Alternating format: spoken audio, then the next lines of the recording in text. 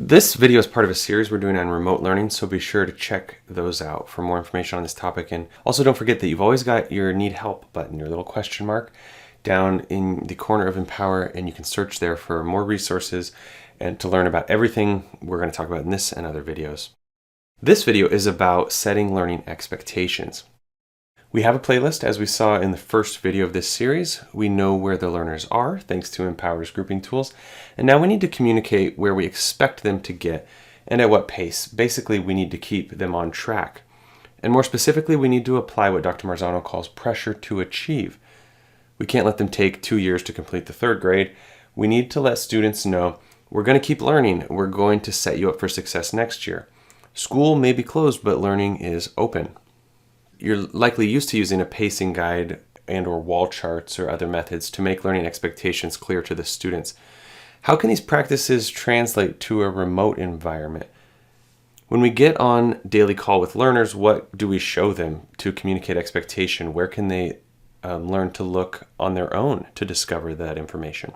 One place is Empower's PACE tools. Because Empower knows what's being taught in your class and it knows how long your class lasts, let's say a semester, it uses this info to set a class pace. And this bar grows daily on the student page so that as long as they keep ahead of it, they're considered on pace. This other bar is their progress, and it grows with each summative score they get. Pace can also be set manually if that's easier, and it likely is if you're just beginning to explore using pace as a metric. You can set it manually. We can talk more about that. Make sure that it's all set up properly for you. Just contact us. But in this way, parents and students get a sense of if there's trouble or not, and whether or not they need to pick up that pace. Your playlist itself can act almost as a wall chart. Students can see, okay, I'm working on my comedy essay, and I need to get onto the tragedy essay by the end of the week, say. If we want a real bird's eye view, we might go to the target browser. When we're in the target browser, we can select a class, and Empower overlays the student's progress right on top of the standards. I may even want to filter for the course or the grade I'm teaching, and here I can see exactly where my kiddos are.